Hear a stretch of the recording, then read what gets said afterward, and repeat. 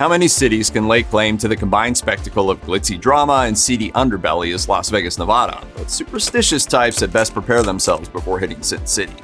The genesis of Sin City is inextricably tied to organized crime. Without the mafia, chances are good that Las Vegas would still be a dusty backwater in the Nevada desert. One of the most infamous mobsters of the era was so central to the city's rise that he may still be there, more than 70 years after his murder. Every city has a soul and a past and skeletons in their closet. Benjamin Bugsy Siegel was one of the most charismatic and dangerous mobsters of his time. After making his mark as a bootlegger during Prohibition, Siegel turned to gambling and traveled to Las Vegas to finance some of the city's first casinos. He took over a hotel from a struggling developer, and in 1946, he reopened it as the Flamingo. Siegel financed the project with proceeds from his various criminal enterprises. 6 months after the opening of the Flamingo, Siegel was in the Beverly Hills home of his girlfriend when he was shot to death through a window. The killer has never been identified. From who did it to why, there are still plenty of questions about Siegel's untimely end. And I think people came to Las Vegas to see what this guy created, what had gotten him in so much trouble. But did Bugsy really leave Las Vegas? Some visitors to the Flamingo report seeing a man dressed in 1940s clothing. One group even claimed that on a tour through the city, Siegel himself appeared and rode along with them for a while, only to correct the guide and then vanish. Liberace, the famous and flamboyant pianist, was so dazzling even among the neon lights of Las Vegas that he couldn't be forgotten. In addition to his formidable keyboard skills, fans loved Liberace for his striking appearance. He loved to take the stage in bejeweled capes, hands weighed down with rings, with a candelabra placed on his grand piano. But Liberace felt he had a lot to hide, including his sexuality. What might that sort of lifelong suppression do to one's spirit? They don't know what makes me tick when I'm not on stage, and I love being a human being. Whatever the reason, many believe that Liberace is still lurking around the place. At his mansion, flickering lights and a difficult-to-describe presence are attributed to the showman's ghost. And according to Las Vegas Ghosts, he occasionally visits the Tivoli Gardens restaurant he once owned and operated. One employee reported seeing the flash of a sequenced cape near the piano, while others swear that the silverware moves on its own. What could possibly go wrong when you publicly display objects from one of the biggest ocean tragedies in history? When pieces from the 1912 sinking of the Titanic were put on display at the Luxor Hotel and Casino, it wasn't long before visitors saw Edwardian-era ghosts haunting the space. One employee says he's been grabbed and heard ghostly music playing long after exhibit equipment has been shut off. The exhibition features pieces of the ship and objects taken from the wreck at the bottom of the ocean. The 25,000 square foot space includes a replica of the Titanic's grand staircase, where people have reported seeing a mysterious woman dressed in black, but she always disappears before anyone can corner her. In places where the exhibit recreates the ship's interior, you might hear disembodied footsteps. In 2020, the exhibit added 108 new artifacts. One can't help wondering if the stories of lingering spirits will increase as well. The Luxor Hotel and Casino has such a long history of tragedy that some believe it's one of the most haunted places on the Strip. It's also one of the most recognizable buildings in Las Vegas. The Luxor is a 30-story glass-clad pyramid with one of the world's brightest spotlights known as the Sky Beam. The hotel and casino opened in 1993 during a brief period in which Vegas wanted to create family-friendly resorts featuring theme park-style experiences. You can voyage back 3,000 years on the River Nile past elaborate murals illustrating the rich history of the ancient Egyptian Empire. Plus, of course, gambling. There are rumors about the deaths of construction workers, some of whom might be glimpsed by guests on the Nile riverboat ride. Other incidents, like a fatal 2012 outbreak of Legionnaire's disease, have some wondering if the place is cursed. Sure, it might be a critical mass of people generating its own trouble, but what if the showy version of ancient Egypt has disturbed some ancient spirits? Or is it dark energy gathered up by the pyramid itself? Could there be mob victims buried in the foundation? Wild as these rumors may be, we may never know for sure. It may very well be one of the creepiest places in all of Las Vegas, if anyone can find it. The little Choo Daycare is one part ghost story, another part urban legend. It's also tough to pin down what happened there. Most versions of the story center on two unfortunate deaths at the daycare. There was a despondent teacher who took her own life, as well as a young boy rumored to have been run over by the daycare center's namesake ride-on train. Supposedly, visitors to the vacant lots where the daycare is said to have stood can still see the spirits of the boy and the teacher. I see dead people.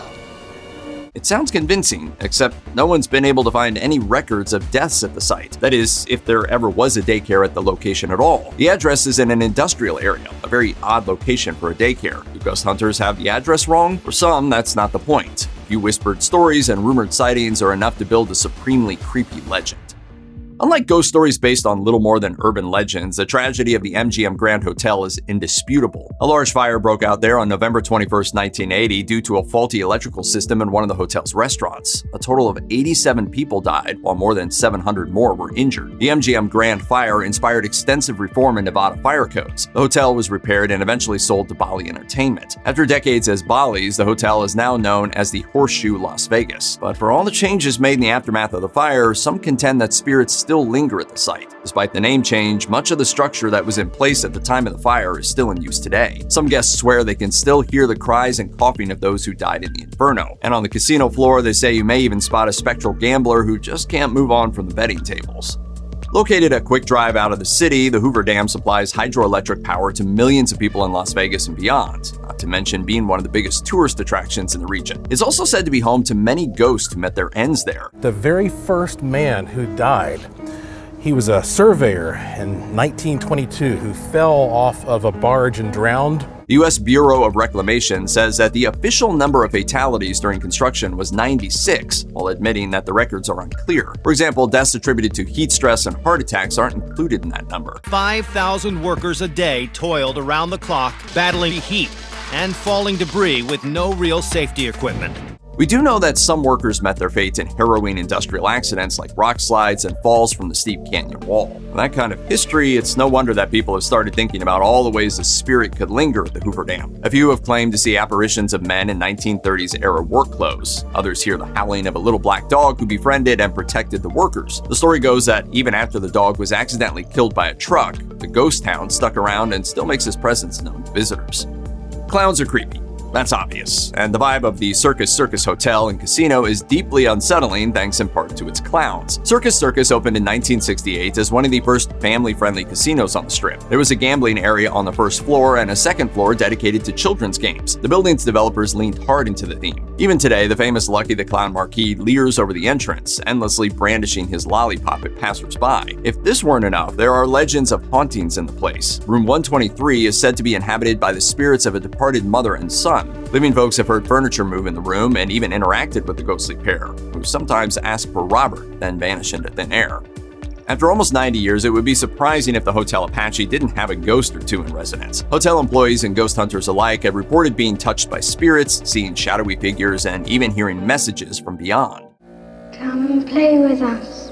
The Reno Gazette-Journal reports that the hotel is haunted by specters of mobster Benny Binion and his wife Teddy Jane. The pair lived above the casino, then called Binion's Horseshoe after they bought the property formerly known as the El Dorado Club in 1951. The building has undergone plenty of renovations throughout its history. Most recently, a section reopened as the Boutique Hotel Apache, with rooms that harken back to the original 1930s hotel. Maybe the retro decor stirred up the spirits. Staff of the hotel say they've seen mysterious footprints and even had their hair pulled by unseen hands. Down on level 2, on the long back hallway, you'll hear a baby crying, and there's nobody on the floor.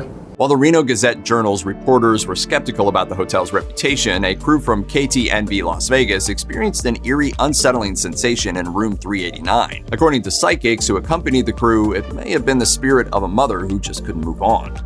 Located in Henderson, a nearby suburb of Las Vegas, Fox Ridge Park is reportedly home to an eerie presence and unexplained happenings. People have reported seeing a little boy swinging alone in the park late at night. Bad enough, but those who approach the boy might encounter something far scarier. Sometimes the swing will keep moving, though it's apparently unoccupied. Where did the boy come from? Legend has it that he's the victim of a drunk driving accident. Other visitors to the park have seen amorphous shadow creatures or felt like they were being watched by an unseen presence while they're at night. Altogether, I've experienced, I would say, a good 5 to 10 different spirits at this park alone. These stories are tough to prove. For instance, no one's unearthed any record of a young child killed nearby by a drunk driver. Neither will most people hang their hat on a mere creepy feeling, which could be attributed to wandering around an abandoned playground in the middle of the night.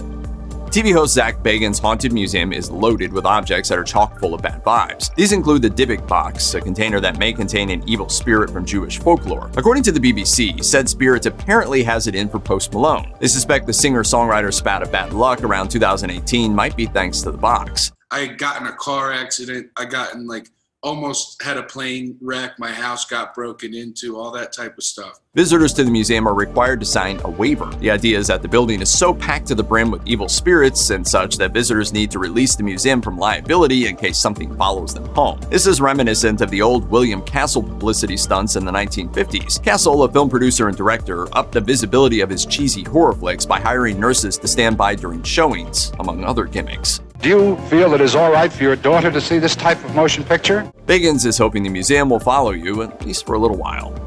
Let's face it, the Sandhill Road tunnels are plenty creepy. These flood control tunnels are frightening enough on their own, thanks to pitch-black cavernous underground spaces and graffiti-covered walls straight out of a horror movie. Photos from the site look like they were taken by intrepid urban explorers who went inside and never returned. It's not just the spooky ambience that has people riled up. Nearby residents claim they've heard eerie voices coming from the tunnels late at night. Sure, maybe it's thrill seekers or people looking for shelter, but some swear that there's a supernatural tinge to the place. The Haunting of Las Vegas by Janice Oberdeen attributes some of the legends to a couple who died nearby in a motorcycle crash, though Oberdeen remains skeptical. But what about the apparition of an elderly woman on nearby Sandhill Road who accosts motorists and then disappears in front of them? Maybe the stories are true.